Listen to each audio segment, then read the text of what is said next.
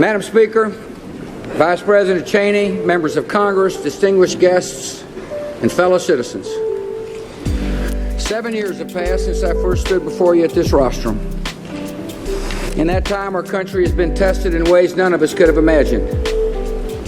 We face hard decisions about peace and war, rising competition in the world economy, and the health and welfare of our citizens. These issues call for vigorous debate, and I think it's fair to say we've answered the call. Yet history will record that amid our differences, we acted with purpose, and together we showed the world the power and resilience of American self-government. All of us were sent to Washington to carry out the people's business. That is the purpose of this body. It is the meaning of our oath. It remains our charge to keep. The actions of the 110th Congress will affect the security and prosperity of our nation long after this session is ended. In this election year, let us show our fellow Americans that we recognize our responsibilities and are determined to meet them. Let us show them that Republicans and Democrats can compete for votes and cooperate for results at the same time.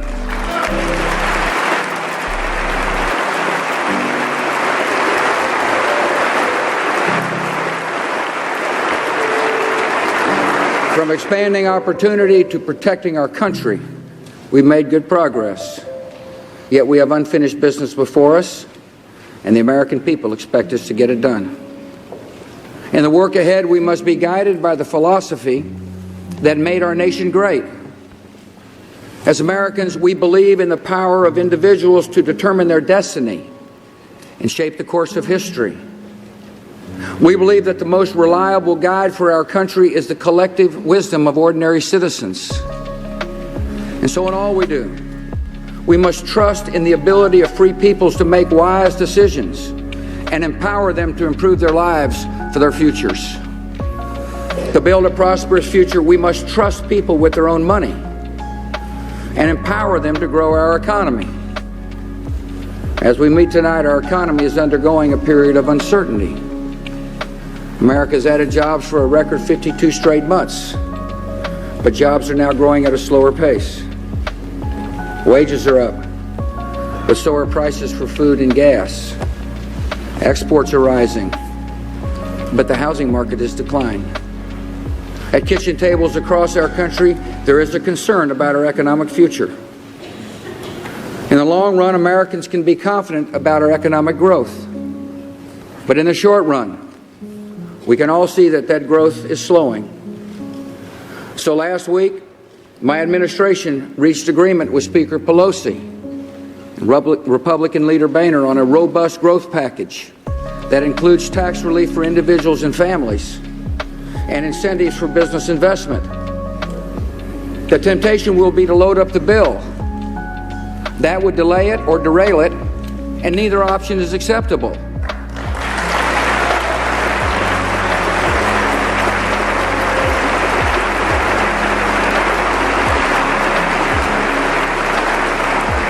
This is a good agreement that will keep our economy growing and our people working, and this Congress must pass it as soon as possible.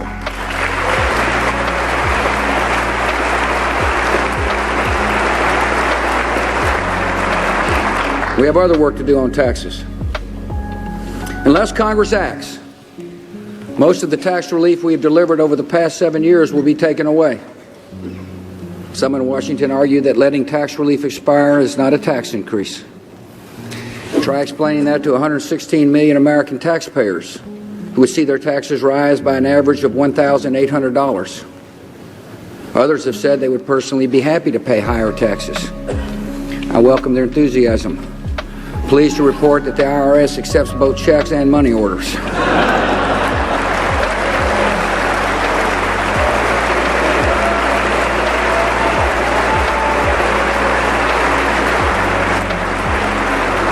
Most Americans think their taxes are high enough. With all the other pressures on their finances, American families should not have to worry about the federal government taking a bigger bite out of their paychecks. There's only one way to eliminate this uncertainty: make the tax relief permanent.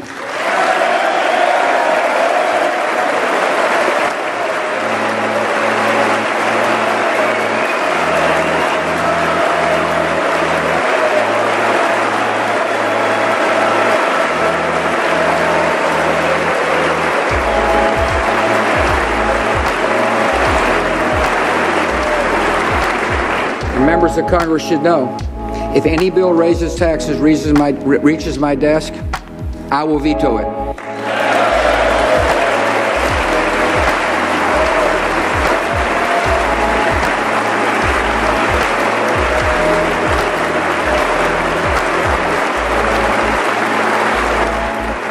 Just as we trust Americans with their own money, we need to earn their trust by spending their tax dollars wisely.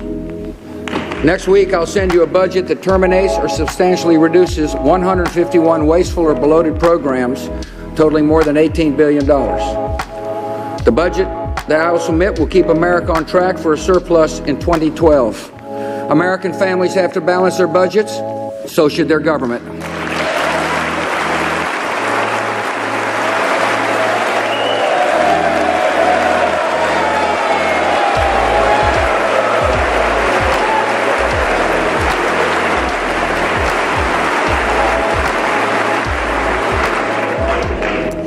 The people's trust in their government is undermined by congressional earmarks, special interest projects that are often snuck in at the last minute without discussion or debate. Last year, I asked you to voluntarily cut the number and cost of earmarks in half. I also asked you to stop slipping earmarks into committee reports that never even come to a vote. Unfortunately, neither goal was met. So this time, if you send me an appropriations bill that does not cut the number and cost of earmarks in half, I'll send it back to you with my veto.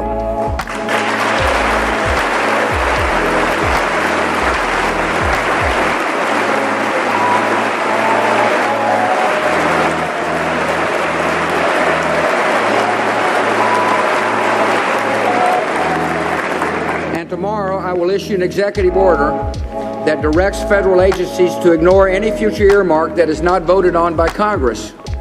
If these items are truly worth funding, Congress should debate them in the open and hold a public vote.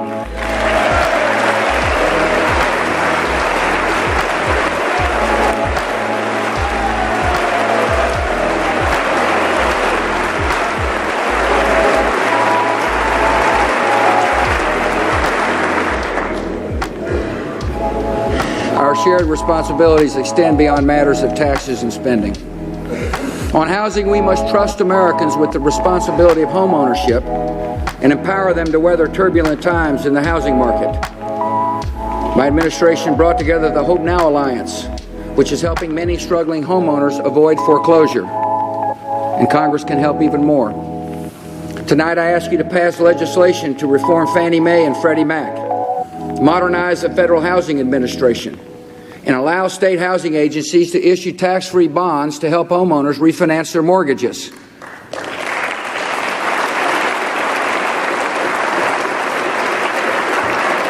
These are difficult times for many American families, and by taking these steps, we can help more of them keep their homes. To build a future of quality health care, we must trust patients and doctors to make medical decisions and empower them with better information and better options.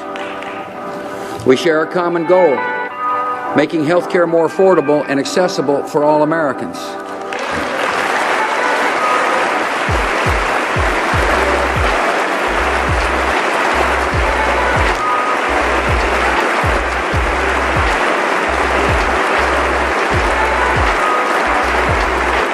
The best way to achieve that goal is by expanding consumer choice, not government control.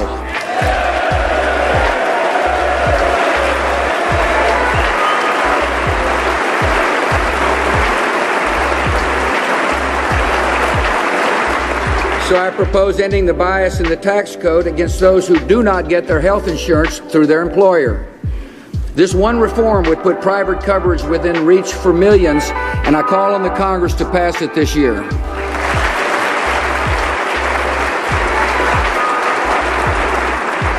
Congress must also expand health savings accounts, create association health plans for small businesses, promote health information technology, and confront the epidemic of junk medical lawsuits.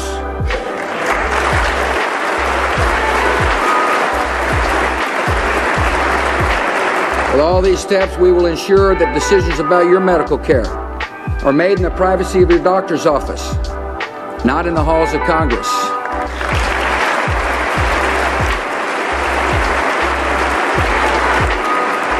On education, we must trust students to learn if given the chance and empower parents to demand results from our schools.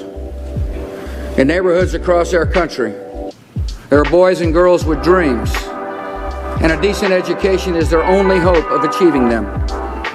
6 years ago, we came together to pass the No Child Left Behind Act, and today, no one can deny its results. Last year, 4th and 8th graders achieved the highest math scores on record. Reading scores are on the rise. African American and Hispanic students posted all-time highs. Now we must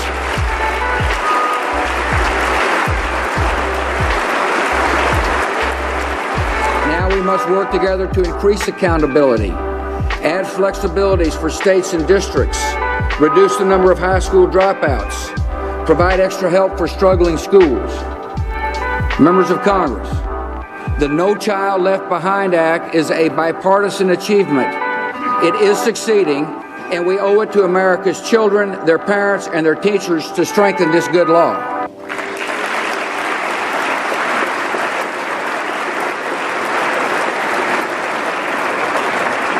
We must also do more to help children when their schools do not measure up.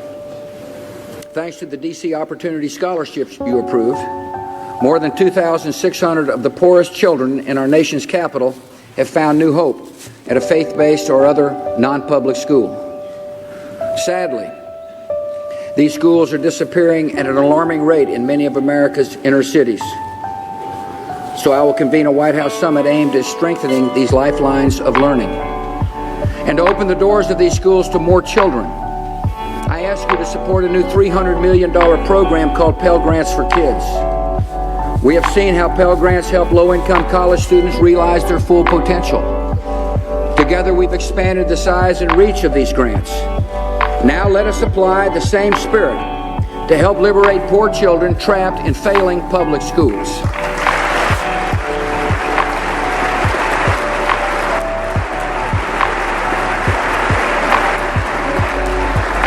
On trade, we must trust American workers to compete with anyone in the world and empower them by opening up new markets overseas. Today, our economic growth increasingly depends on our ability to sell American goods and crops and services all over the world. So we're working to break down barriers to trade and investment wherever we can. We're working for a successful Doha round of trade talks, and we must complete a good agreement this year. At the same time, we're pursuing opportunities to open up new markets by passing free trade agreements. I thank the Congress for approving a good agreement with Peru. And now I ask you to approve agreements with Colombia and Panama and South Korea.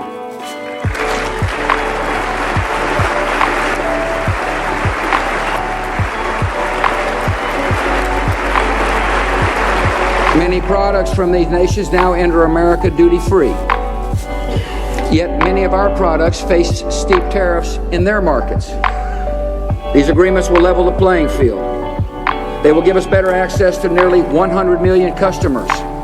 They will support good jobs for the finest workers in the world, those whose products say, "Made in the USA."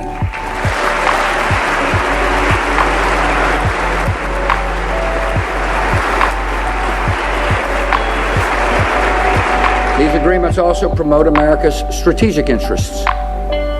The first agreement that will come before you is with Colombia, a friend of America that is confronting violence and terror and fighting drug traffickers. If we fail to pass this agreement, we will embolden the purveyors of false populism in our hemisphere. So we must come together, pass this agreement, and show our neighbors in the region that democracy leads to a better life.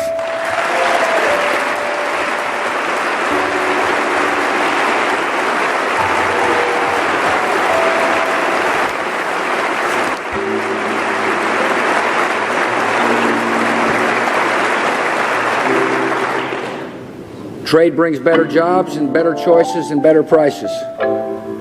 Yet for some Americans, trade can mean losing a job, and the federal government has a responsibility to help.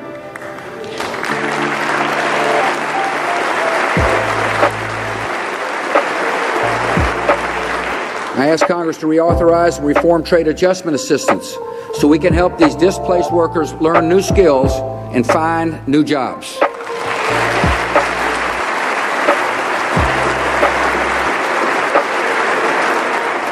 To build a future of energy security, we must trust in the creative genius of American researchers and entrepreneurs and empower them to pioneer a new generation of clean energy technology.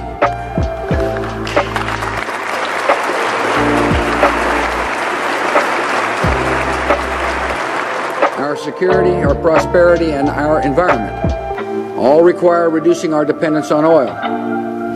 Last year, I asked you to pass legislation to reduce oil consumption over the next decade, and you responded.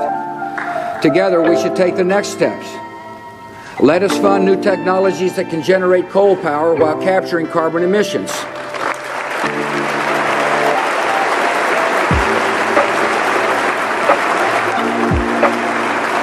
Let us increase the use of renewable power and emissions-free nuclear power.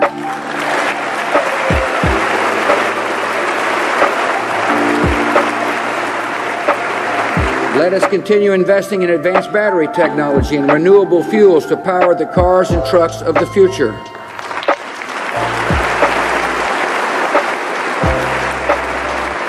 Let us create a new international clean technology fund, which will help developing nations like India and China make a greater use of clean energy sources.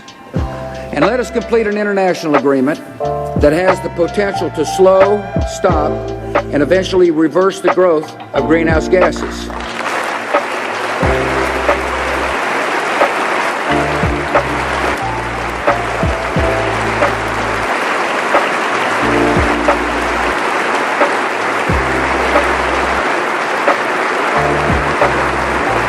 This agreement will be effective only if it includes commitments by every major economy and gives none a free ride.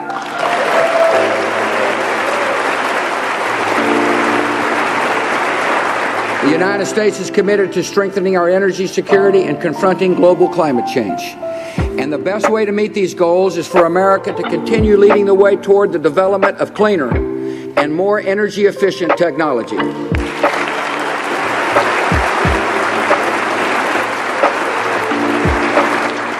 Keep America competitive into the future, we must trust in the skill of our scientists and engineers and empower them to pursue the breakthroughs of tomorrow.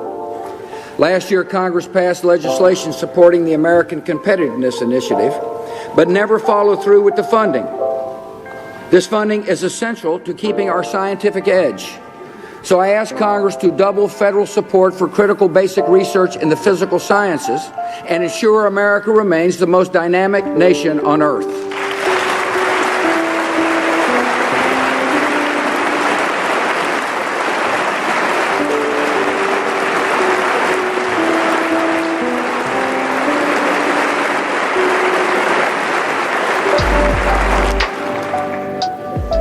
On matters of life and science, we must trust in the innovative spirit of medical researchers and empower them to discover new treatments while respecting moral boundaries.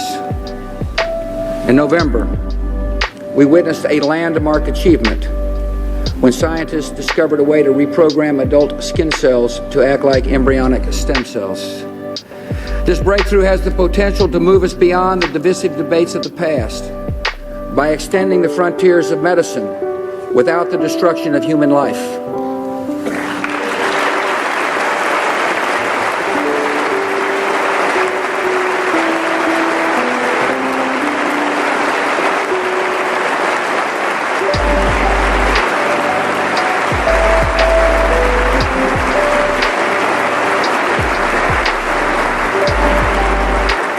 So we're expanding funding for this type of ethical medical research.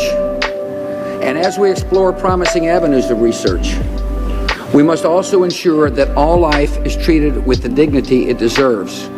And so I call on Congress to pass legislation that bans unethical practices such as the buying, selling, patenting, or cloning of human life.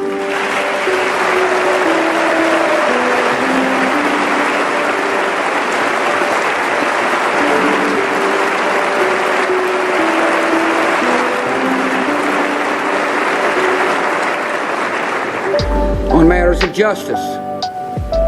We must trust in the wisdom of our founders and empower judges who understand that the Constitution means what it says.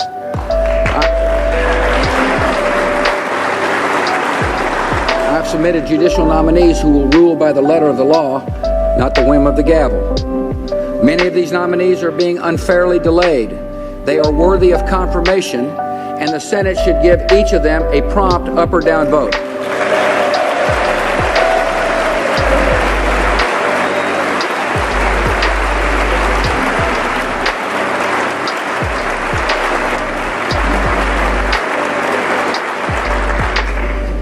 In communities across our land, we must trust in the good heart of the American people and empower them to serve their neighbors in need. Over the past 7 years, more of our fellow citizens have discovered that the pursuit of happiness leads to the path of service. Americans have volunteered in record numbers. Charitable donations are higher than ever. Faith-based groups are bringing hope to pockets of despair with newfound support from the federal government. And to help guarantee equal treatment of faith-based organizations when they compete for federal funds, I ask you to permanently extend charitable choice.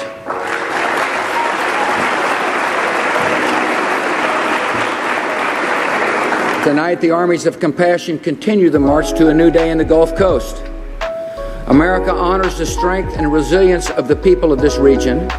We reaffirm our pledge to help them build stronger and better than before. And tonight I'm pleased to announce that in April we will host this year's North American Summit of Canada, Mexico, and the United States in the great city of New Orleans.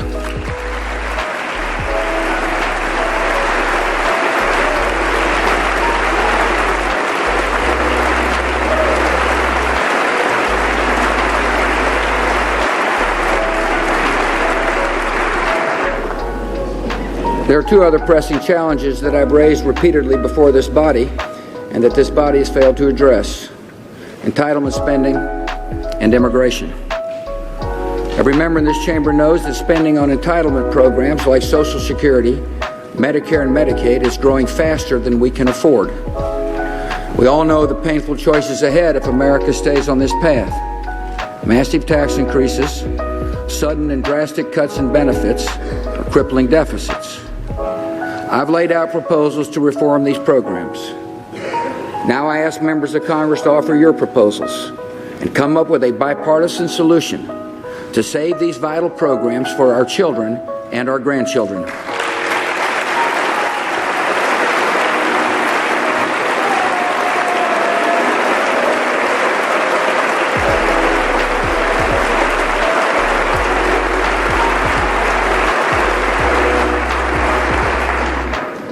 The other pressing challenge is immigration. America needs to secure our borders, and with your help, my administration is taking steps to do so. We're increasing worksite enforcement, deploying fences and advanced technologies to stop illegal crossings. We've effectively ended the policy of catch and release at the border, and by the end of this year, we will have doubled the number of Border Patrol agents. Yet we also need to acknowledge that we will never fully secure our border until we create a lawful way for foreign workers to come here and support our economy.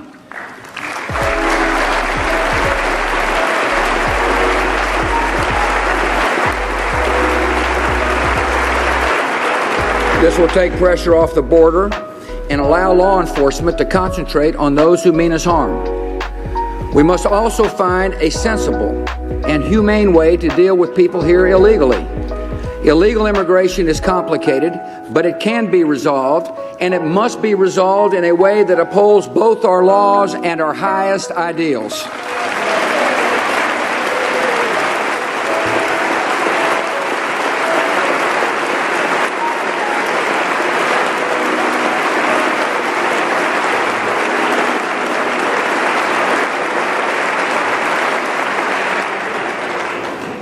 This is the business of our nation here at home.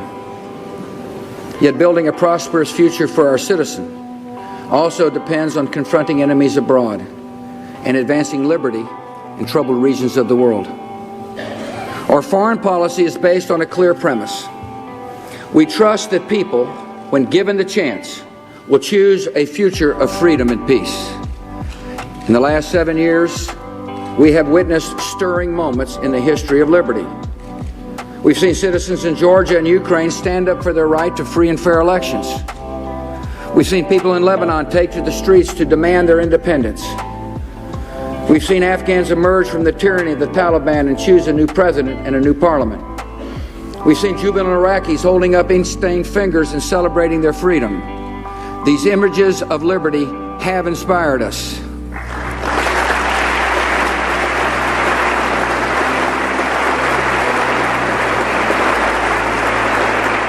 In the past 7 years, we've also seen the images that have sobered us. We've watched throngs of mourners in Lebanon and Pakistan carrying the caskets of beloved leaders taken by the assassin's hand. We've seen wedding guests in blood-soaked finery staggering from a hotel in Jordan. Afghans and Iraqis blown up in mosques and markets, and trains in London and Madrid ripped apart by bombs. On a clear September day, we saw thousands of our fellow citizens taken from us in an instant.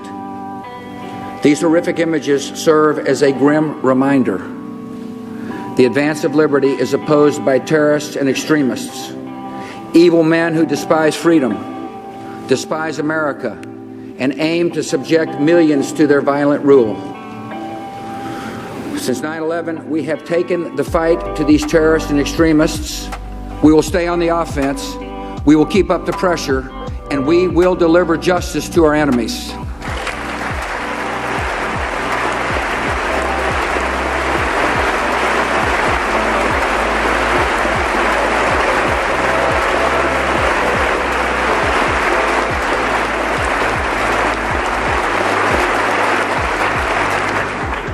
We are engaged in the defining ideological struggle of the 21st century. The terrorists oppose every principle of humanity and decency that we hold dear. Yet in this war on terror, there is one thing we and our enemies agree on. In the long run, men and women who are free to determine their own destinies will reject terror and refuse to live in tyranny.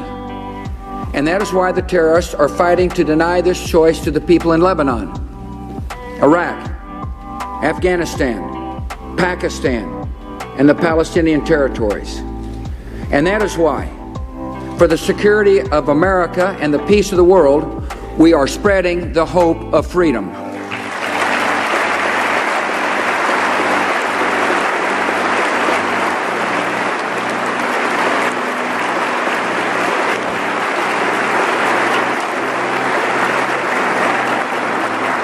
In Afghanistan, America, our 25 NATO allies, and 15 partner nations are helping the Afghan people defend their freedom and rebuild their country. Thanks to the courage of these military and civilian personnel, a nation that was once a safe haven for Al-Qaeda is now a young democracy where boys and girls are going to school. New roads and hospitals are being built, and people are looking to the future with new hope. These successes must continue. So we're adding 3,200 Marines to our forces in Afghanistan, where they will fight the terrorists and train the Afghan army and police. Defeating the Taliban and Al-Qaeda is critical to our security, and I thank the Congress for supporting America's vital mission in Afghanistan.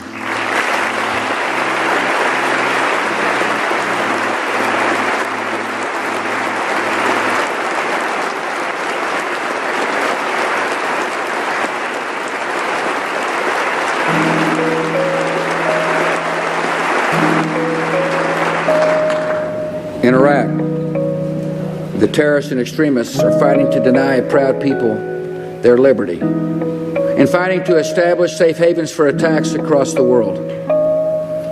1 year ago, our enemies were succeeding in their efforts to plunge Iraq into chaos. So we reviewed our strategy and changed course. We launched a surge of American forces into Iraq. We gave our troops a new mission: work with the Iraqi forces to protect the Iraqi people, pursue the enemy in its strongholds, and deny the terrorist sanctuary anywhere in the country. The Iraqi people quickly realized that something dramatic had happened. Those who had worried that America was preparing to abandon them instead saw tens of thousands of American forces flowing into their country. They saw our forces moving into neighborhoods, clearing out the terrorists, and staying behind to ensure the enemy did not return. And they saw our troops, along with provincial reconstruction teams that include foreign service officers and other skilled public servants, coming in to ensure that improved security was followed by improvements in daily life. Our military and civilians in Iraq are performing with courage and distinction, and they have the gratitude of our whole nation.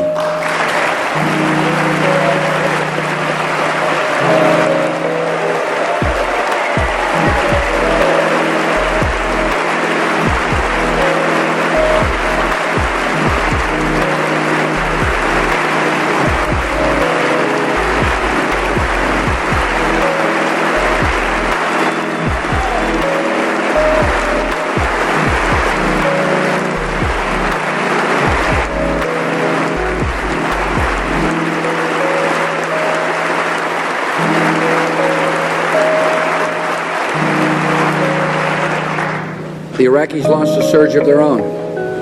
In the fall of 2006, Sunni tribal leaders grew tired of al-Qaeda's brutality, started a popular uprising called the Anbar Awakening. Over the past year, similar movements have spread across the country. And today, the grassroots surge includes more than 80,000 Iraqi citizens who are fighting the terrorists. The government in Baghdad has stepped forward as well, adding more than 100,000 new Iraqi soldiers and police during the past year. While the enemy is still dangerous and more work remains, the American and Iraqi surges have achieved results few of us could have imagined just 1 year ago.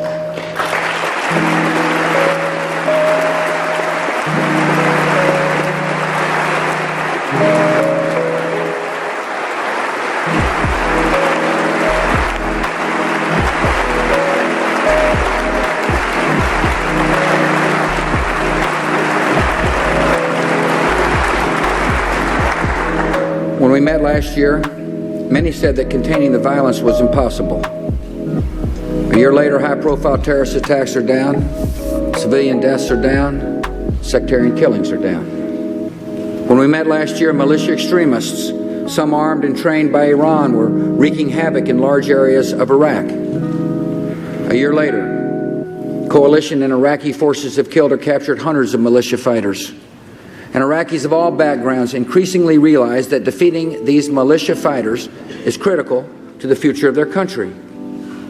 When we met last year, al-Qaeda had sanctuaries in many areas of Iraq, and their leaders had just offered American forces safe passage out of the country.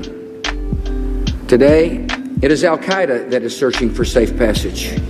They have been driven from many of the strongholds they once held, and over the past year, we've captured or killed thousands of extremists in Iraq, including hundreds of key al-Qaeda leaders and operatives.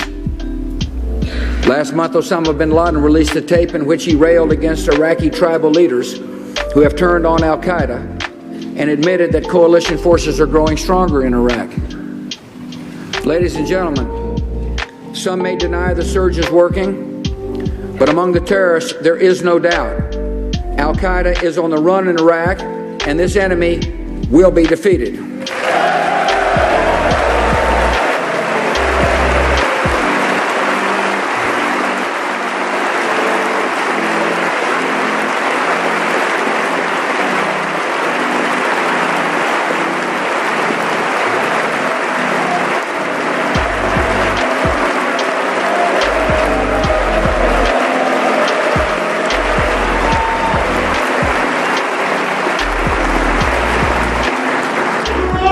When we met last year, our troop levels in Iraq were on the rise. Today, because of the progress just described, we are implementing a policy of return on success, and the surge forces we sent to Iraq are beginning to come home. This progress is a credit to the valor of our troops and the brilliance of their commanders. This evening, I want to speak directly to our men and women on the front lines, soldiers and sailors, Airmen, Marines, and Coast Guardmen. In the past year, you have done everything we've asked of you, and more. Our nation is grateful for your courage. We are proud of your accomplishments. And tonight in this hallowed chamber, with the American people as our witness, we make you a solemn pledge.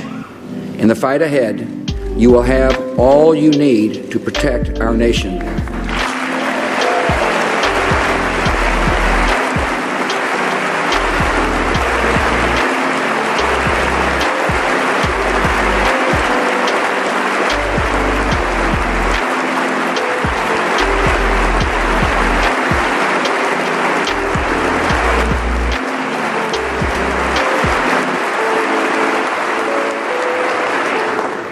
And I ask Congress to meet its responsibilities to these brave men and women by fully funding our troops.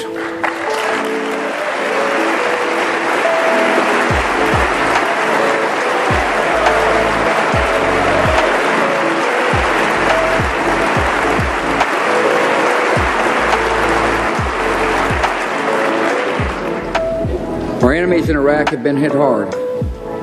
They are not yet defeated, and we can still expect tough fighting ahead.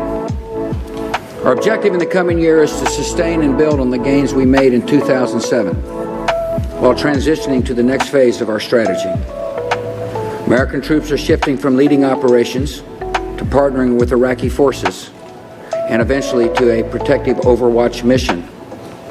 As part of this transition, one Army Brigade combat team and one Marine Expeditionary Unit have already come home and will not be replaced. In the coming months, 4 additional brigades and 2 Marine battalions will follow suit. Taken together, this means more than 20,000 of our troops are coming home.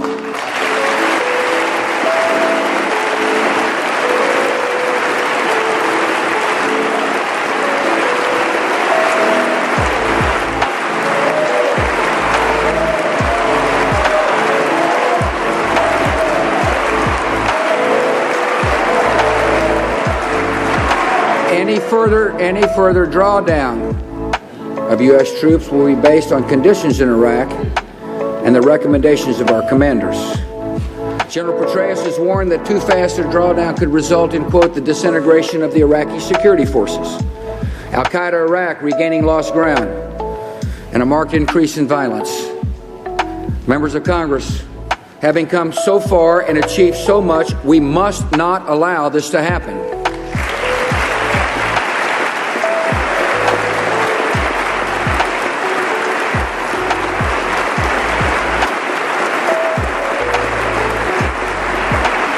In the coming year, we will work with Iraqi leaders as they build on the progress they're making toward political reconciliation.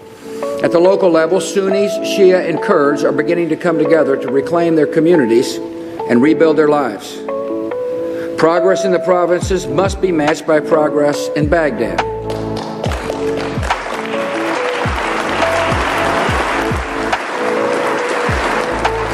We're seeing some encouraging signs.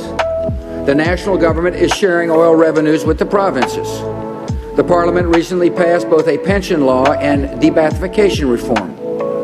They're now debating a provincial powers law. The Iraqis still have a distance to travel, but after decades of dictatorship and the pain of sectarian violence, reconciliation is taking place, and the Iraqi people are taking control of their future.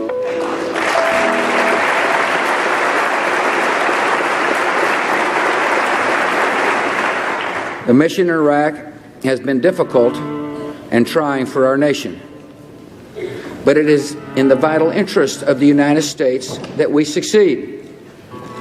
A free Iraq will deny Al-Qaeda a safe haven. A free Iraq will show millions across the Middle East that a future of liberty is possible. A free Iraq will be a friend of America, a partner in fighting terror, and a source of stability in a dangerous part of the world. By contrast, a failed Iraq would embolden the extremists, strengthen Iran, and give terrorists a base from which to launch new attacks on our friends, our allies, and our homeland.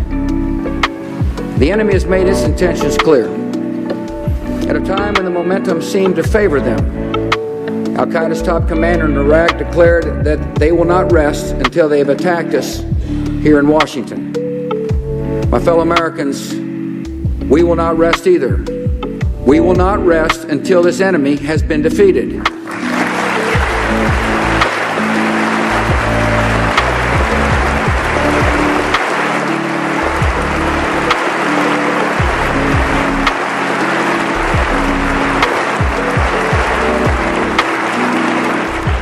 We must do the difficult work today so that years from now, people will look back and say that this generation rose to the moment, prevailed in a tough fight, and left behind a more hopeful region and a safer America.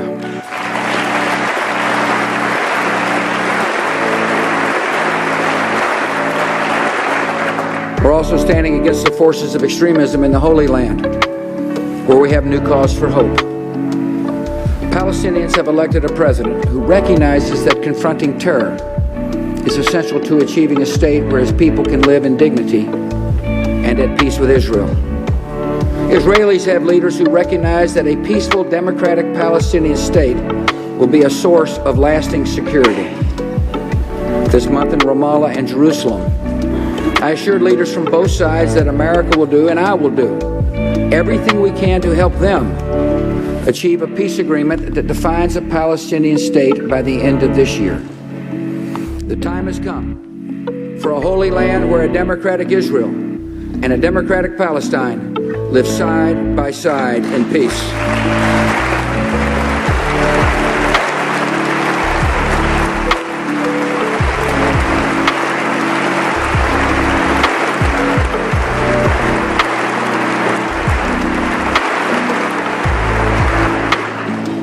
We're also standing against the forces of extremism embodied by the regime in Tehran. Iran's rulers oppress a good and talented people. And wherever freedom advances in the Middle East, it seems the Iranian regime is there to oppose it. Iran is funding and training militia groups in Iraq, supporting Hezbollah terrorists in Lebanon, and backing Hamas's efforts to undermine peace in the Holy Land. Tehran is also developing ballistic missiles of increasing range and continues to develop its capability to enrich uranium, which could be used to create a nuclear weapon. Our message to the people of Iran is clear. We have no quarrel with you. We respect your traditions and your history. We look forward to the day when you have your freedom. Our message to the leaders of Iran is also clear. Verifiably suspend your nuclear enrichment so negotiations can begin. And to rejoin the community of nations, come clean about your nuclear intentions and past actions. Stop your oppression at home. Cease your support for terror abroad. But above all, know this: America will confront those who threaten our troops. We will stand by our allies, and we will defend our vital interests in the Persian Gulf.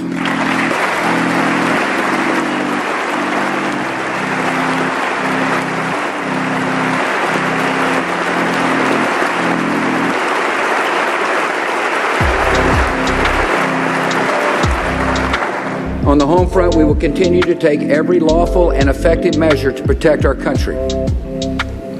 This is our most solemn duty.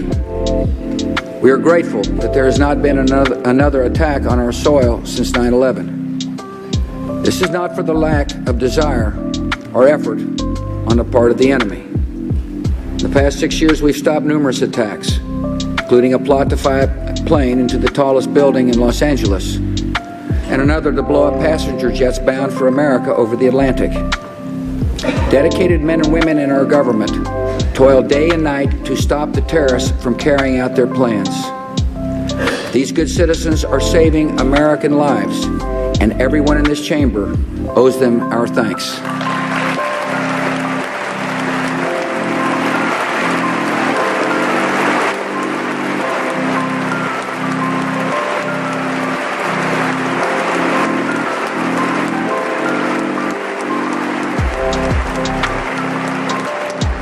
We owe them something more. We owe them the tools they need to keep our people safe. And one of the most important tools we can give them is the ability to monitor terrorist communications. To protect America, we need to know who the terrorists are talking to, what they are saying, and what they're planning.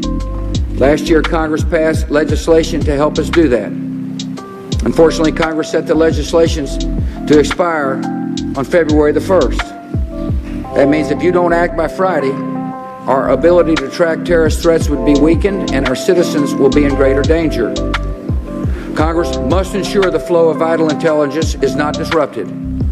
Congress must pass liability protection for companies believed to have assisted in the efforts to defend America. We've had ample time for debate. The time to act is now.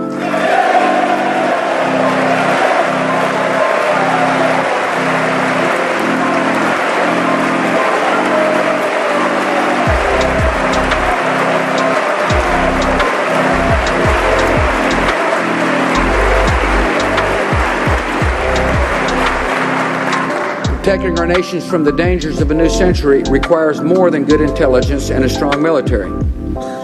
It also requires changing the conditions that breed resentment and allow extremists to prey on despair. So America is using its influence to build a freer, more hopeful, and more compassionate world. This is a reflection of our national interests. It is the calling of our conscience.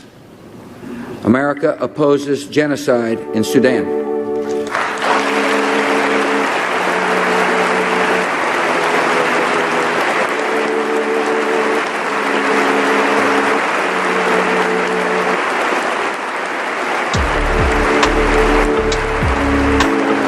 We support freedom in countries from Cuba and Zimbabwe to Belarus and Burma.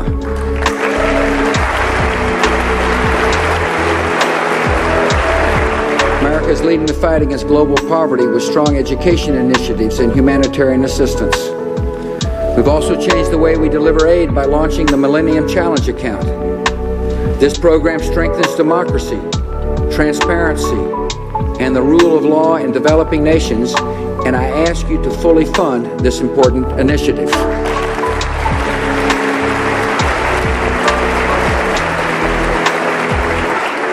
America is leading the fight against global hunger. Today, more than half the world's food aid comes from the United States. And tonight, I ask Congress to support an innovative proposal to provide food assistance by purchasing crops directly from farmers in the developing world, so we can build up local agriculture and help break the cycle of famine.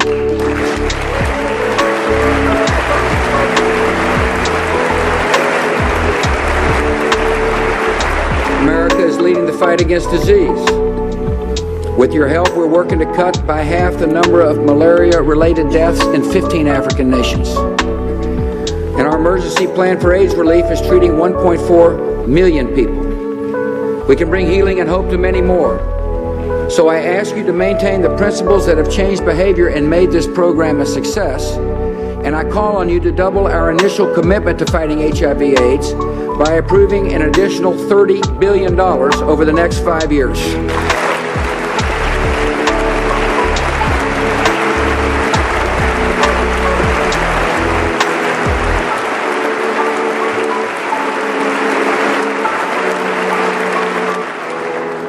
America is a force for hope in the world because we are a compassionate people. And some of the most compassionate Americans are those who have stepped forward to protect us. We must keep faith with all who have risked life and limb so that we might live in freedom and peace. Over the past 7 years, we've increased funding for veterans by more than 95%. And as we increase funding,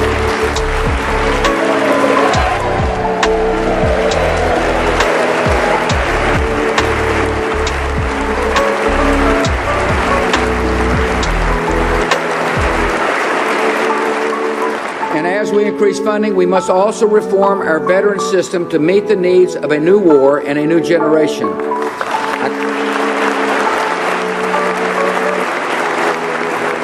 I call on Congress to enact the reforms recommended by Senator Bob Dole and Secretary Donna Shalala so we can improve the system of care for our wounded warriors and help them build lives of hope and promise and dignity.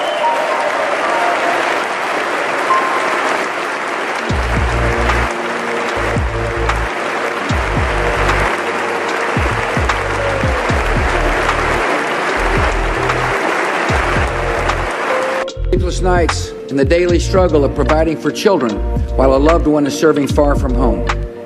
We have a responsibility to provide for them. So I ask you to join me in expanding their access to child care, creating new hiring preferences for military spouses across the federal government, and allowing our troops to transfer their unused education benefits to their spouses or children.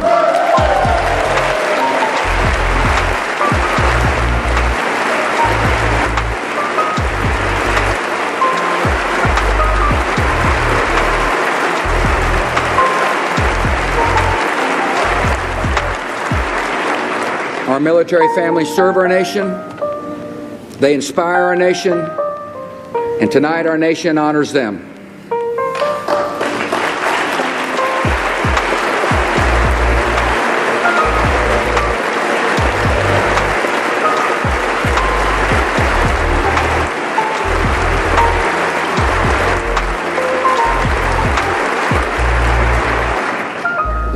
The secret of our strength, the miracle of America, is that our greatness lies not in our government, but in the spirit and determination of our people. When the Federal Convention met in Philadelphia in 1787, our nation was bound by the Articles of Confederation, which began with the words, "We the undersigned delegates." When Governor Morris was asked to draft the preamble to our new Constitution, he offered an important revision and opened with words that changed the course of our nation and the history of the world. We the people. By trusting the people, our founders wagered that a great and noble nation could be built on the liberty that resides in the hearts of all men and women. By trusting the people, succeeding generations transformed our fragile young democracy into the most powerful nation on earth and a beacon of hope for millions.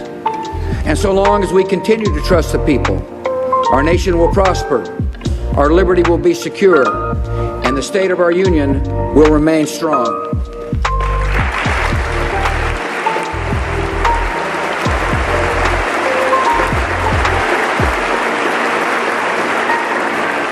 So tonight, with confidence in freedom's power and trust in the people, let us set forth to do their business.